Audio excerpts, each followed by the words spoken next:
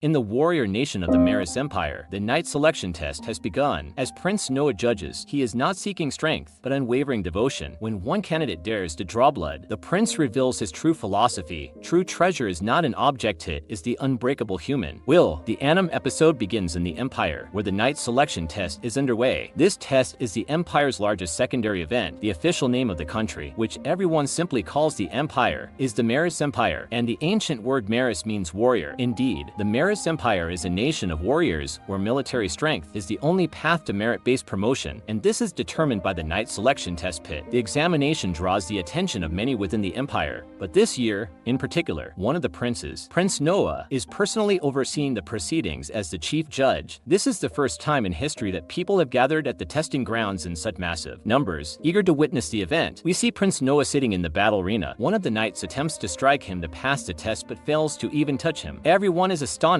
even the king. This year's test is far more exciting than previous years, but the king's main interest is the results. The knight selection test is designed to choose competent soldiers, and he is eager to see what kind of fighters Noah will select. Next, candidate 152 approaches Noah and uses firepower to strike him, but Noah forms a defensive barrier around himself, protecting him from everything. The candidate fails to succeed. Noah thinks to himself that sunset is near, and no remarkable candidates have appeared today. Finally, the last candidate arrives. We see a young woman in whose eyes is the determination to succeed at any cost. She manages to break the shield protecting Noah and wounds him. The knights quickly rush to apprehend and severely punish her, but Noah orders them to stop. The girl introduces herself as Shirley Grances. Noah informs her that she has passed a test. He hadn't specified his criteria, but she clearly passed immediately. He takes her to the castle to speak with her, where he asks about the sword she carried. Was it hers? Shirley replies that the sword has been passed down through her family for generations. She then asks what he meant by saying she passed the test, wanting to know what judgment was passed against her after she accidentally wounded him. Noah calms her, saying there is no such thing. She did nothing to him because, in the end, he ordered her to attack him. I ordered you to attack me. I want you to redirect that strike towards me again. If you are a knight, follow my orders. Shirley complies with Noah's request and attacks him with her sword. However, Noah uses his power and deflects the strike with his barrier. Shirley is surprised. Noah then explains, "This is what I could have done had I wanted to repel your attack. You did not wound me by accident. A knight's duty is to execute orders. I wanted to see if you would execute my orders faithfully, as I do not need a knight who hesitates out of fear of me. You attacked me seriously twice, even after you wounded me." Shirley resolves to become his servant and obey his every wish. Noah then speaks to himself, saying, "Shirley has raised my stats more than anyone else." Afterward, Dr. Good arrives, stating, "Fortunately, the blow did not strike any bone or internal organ." Shirley is astonished, saying she is amazed that the wound is treated this way. As her village has no doctors, they rely on the village elder to pray for them or exorcise the root of any calamity. The doctor tells her this is common in poor villages. Noah asks if there is a faster way to become a doctor, suggesting an apprenticeship. He asks Shirley to bring the smartest and most diligent people from her village, anyone suitable to become a doctor, to examine the villagers. He asks Dr. Good to take most of them and train them, and he promises to cover all expenses. Shirley thanks him for what he has done. Noah then requests that she improve her chivalric manners. The next day, we see the servants very happy. Zoe asks them the reason for their happiness. Rena tells her they were imagining what kind of lady might become Noah's wife, as the other princes married before the age of 15. Suddenly, one girl mentions that Noah is very popular, and many young women gather, hoping to catch a glimpse of the prince or be lucky enough to catch his attention. Shirley mentions that Evelyn always says there is no prince anywhere kinder than Noah. They tease Zoe, saying she loves him because she started studying magic. Zoe retorts that she wants to be useful to him and be able to serve them. Then she leaves. Rowan enters Noah's presence and informs him that the knight selection test is complete, presenting this year's report. He notes that thanks to Noah, all the new knights this year are excellent, and they express their gratitude. Noah tells Rowan to inform them that he is also grateful for their help in managing it. Rowan and Shirley then leave. Shirley thanks him for taking the trouble to visit them. Rowan tells her that they are both knights, and there is no need for such formality, and that Noah sent her to bid him farewell so he could train her. Shirley is surprised that Noah did this for her. Rowan, being older, gives her a piece of advice. She will not go wrong if she follows him and puts in the effort. Rowan then departs. The scene transitions to Noah at a celebration where Alici is singing. Attendees thank Noah for the invitation. Byron says to Noah, "Allow me to congratulate you on the success of the night selection test." Noah tells him that this party is to express his gratitude and that they shouldn't waste time but go and enjoy themselves. All attendees are merchants with close ties to the 13th prince's house. Byron tells him he will go and strengthen those ties. Zoe comes to Noah with a letter. She wasn't sure if she should deliver it, but it was addressed to Noah. She hands it to him, but it has nothing written on it. The guard at the door says the person who delivered it fled, and since it might contain secret information, Zoe brought it as a precaution. Noah takes it, telling her that the decision was correct. Noah finds that it contains news of disturbing movement among the remnants of the Almeria rebels. The person who delivered it has gone back to investigate undercover. He is a soldier from that time, is the same person who warned me of the rebellion a short while ago. Zoe tells him that the man admires him because he later discovered that Noah was aware of the rebellion beforehand but accepted his warning without mentioning it. Shirley comments, "So he does this to repay a debt, just as expected of your highness." Noah tells him that this is bad.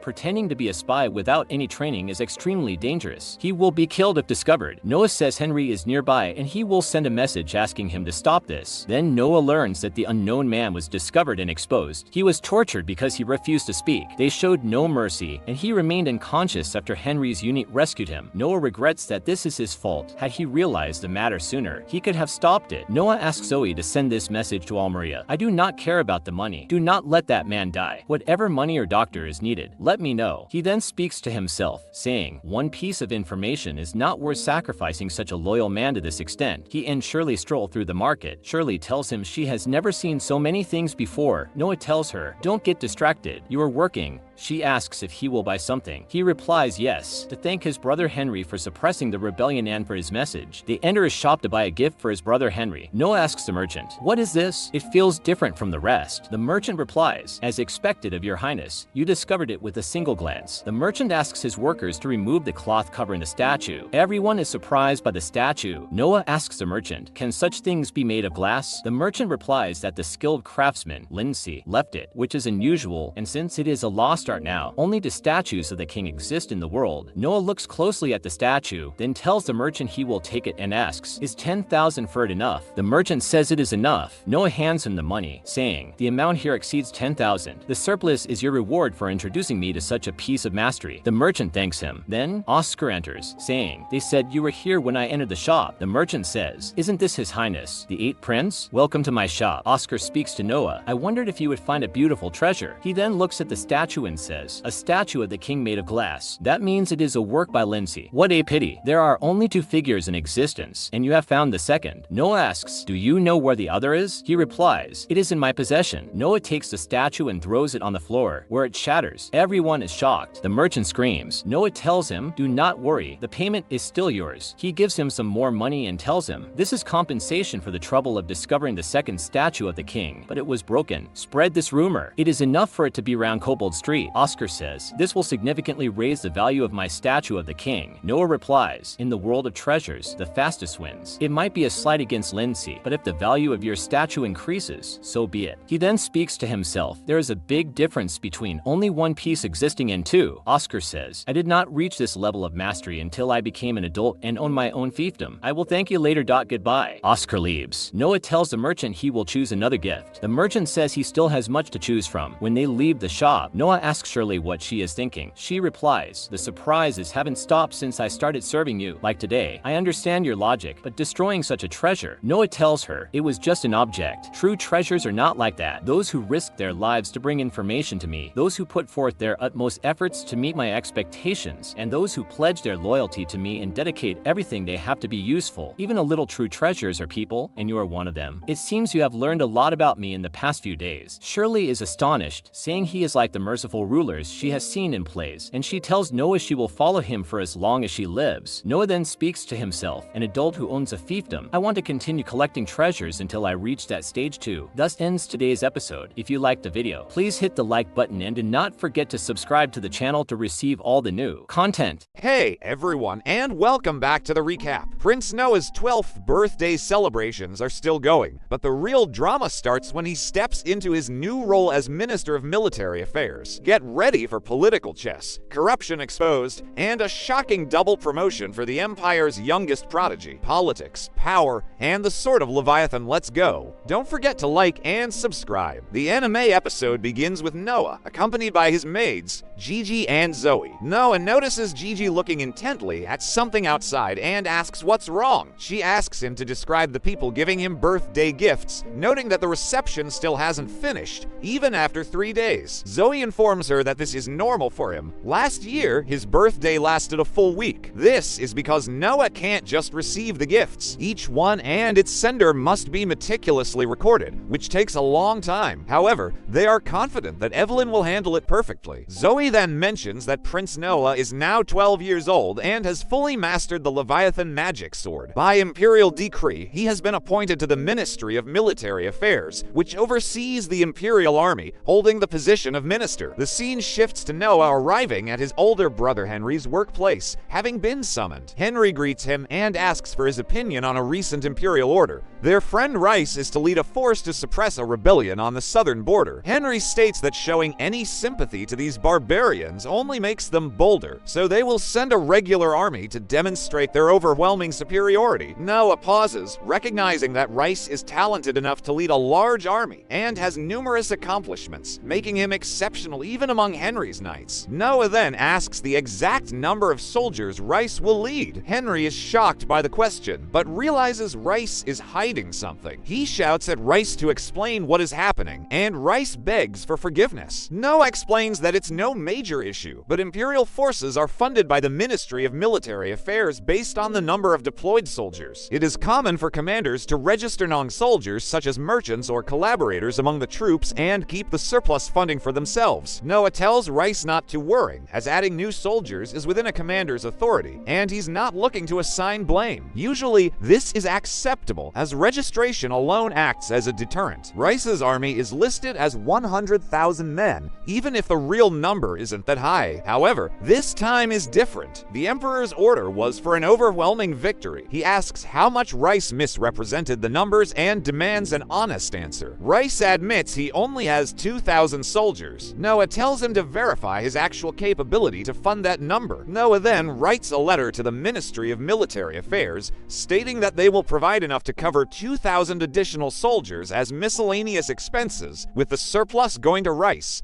In return, Rice must never accept defeat. Henry is greatly impressed, marveling at Noah's masterful use of the carrot and stick policy. On their way back, they discuss how Noah, at 12, has yet to experience war and is still at the first level of military rank. Experience. Henry explains that this is an imperial family rule. Many royal children die early, often not surviving long after birth, sometimes due to a plague, though most cases are actually assassinations by poison carried out by those seeking more influence. Regardless, as princes are precious heirs, they are not allowed to engage in combat until they reach adulthood, except by imperial decree. Henry suggests Noah gain experience now before he starts governing his fiefdom. Noah replies that if the Emperor orders him to go, he will go anytime, as he has the magic sword and will face no difficulty. Henry then asks about his first campaign, but suddenly a girl stands in front of their carriage, screaming for help. Several men emerge behind her,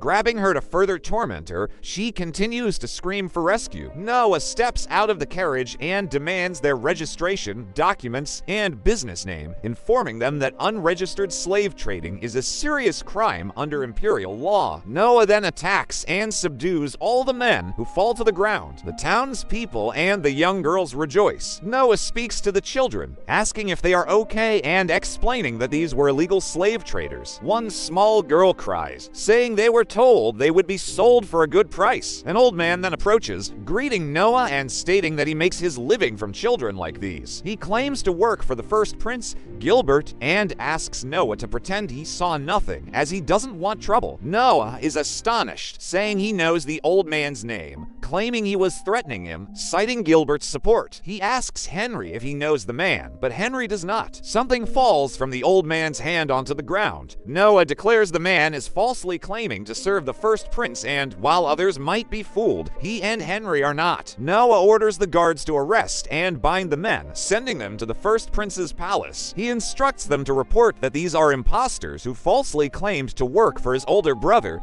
Gilbert. He also orders the children to be taken to his own palace temporarily so he can hear their stories. Henry praises Noah for brilliantly handling the situation. Noah explains his reasoning. The matter is now concluded. If the men had truly worked for Gilbert, he couldn't have killed them. But if he'd let them go, people would think he condoned secret slave trading. Therefore, framing them as imposters and leaving the matter for Gilbert to deal with himself was the best course. Henry tells Noah that his way of dealing with things constantly surprises and impresses him. Later, we see Noah with Henry. Henry informs him that Prince Gilbert thanked them for capturing the imposters. Gilbert interrogated the slave traders and claimed they were only impersonating him to run their trade. He stated he intended to take them to court the next day, but they committed suicide the moment he looked away. Noah thinks to himself that people are supposed to be treasures, and that the expression "the lizard abandoned its tail" might have occurred to Henry. He then continues his conversation with Henry, stating that Gilbert was the one who ordered those men to run the secret slave trade network. Henry responds that Gilbert has long been involved in acquiring shops, purchasing private estates, and other feudal activities. Noah explains that Gilbert is the first prince, but is the son of a concubine and thus ineligible to inherit the throne. Perhaps to vent his frustration, he seeks an area where he can do as he pleases without inheriting the crown, and that slave trading and purchasing private estates are just facades, a simple deduction. Henry says that all of this used to disgust him, but he feels more at ease now. The scene cuts to Noah sitting with the children. He tells them that, following his moves, none of them will ever be sold. They are free now. He asks if they have anywhere to go. A little girl replies no. She was sold for money to buy rice seeds for the year. Another sold his home to pay for his mother's funeral expenses. Noah thinks to himself, as expected,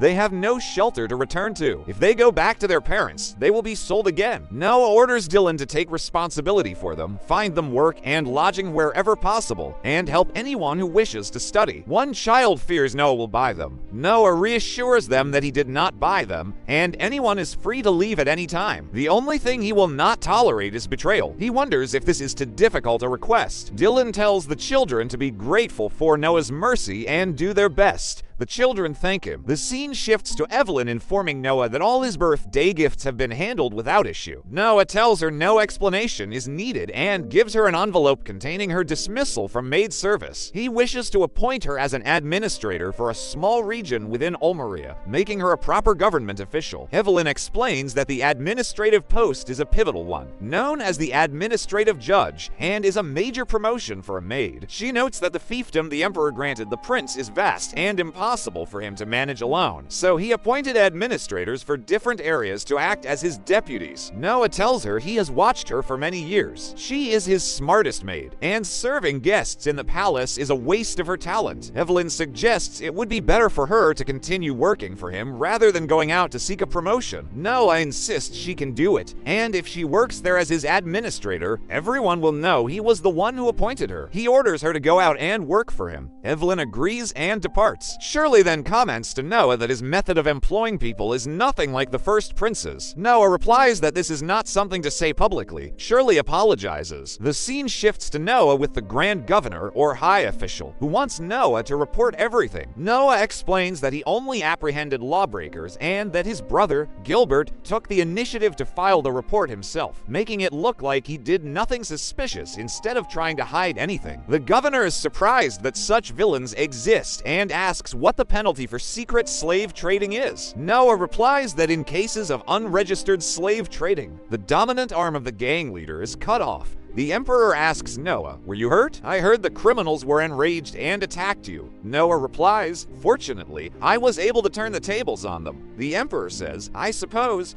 being you, I shouldn't have even asked. If it were me, I might have been disguised and perhaps defeated while weighing whether or not to reveal my identity." The Prime Minister comments that such an act would be a crime against the imperial family, punishable by death. Noah informs them that according to imperial law, if the criminal is unaware of His Majesty the Emperor's identity, i.e., if he was disguised and had not yet revealed his name, it is not considered a crime against the imperial family and is treated simply as an assault. Everyone is stunned. Noah thinks to himself, did I go too far? What is proper or improper when addressing the Emperor is a delicate matter. Since his statement was hypothetical, perhaps I shouldn't have pointed out his mistake. Speaking the truth is always best, but not when it makes the Prime Minister look bad. Should I apologize? The Emperor laughs and asks the Prime Minister, what do you think? It seems I won that bet. The Minister replies, yes, I underestimated him. Noah is shocked and asks what they mean. The Emperor explains that he and the Prime Minister had a small bet. It was a test to see if Noah could accurately explain the law. I always knew you were strict and impartial in legal matters. I just wanted to be sure. The Emperor then appoints Noah Ararat as the Minister of Justice. Noah is stunned. One of the ministers comments, Prince Noah is now the second-ranking minister after the fourth prince. Prince Noah, Minister of Justice. Bonsai. Everyone cheers and salutes him.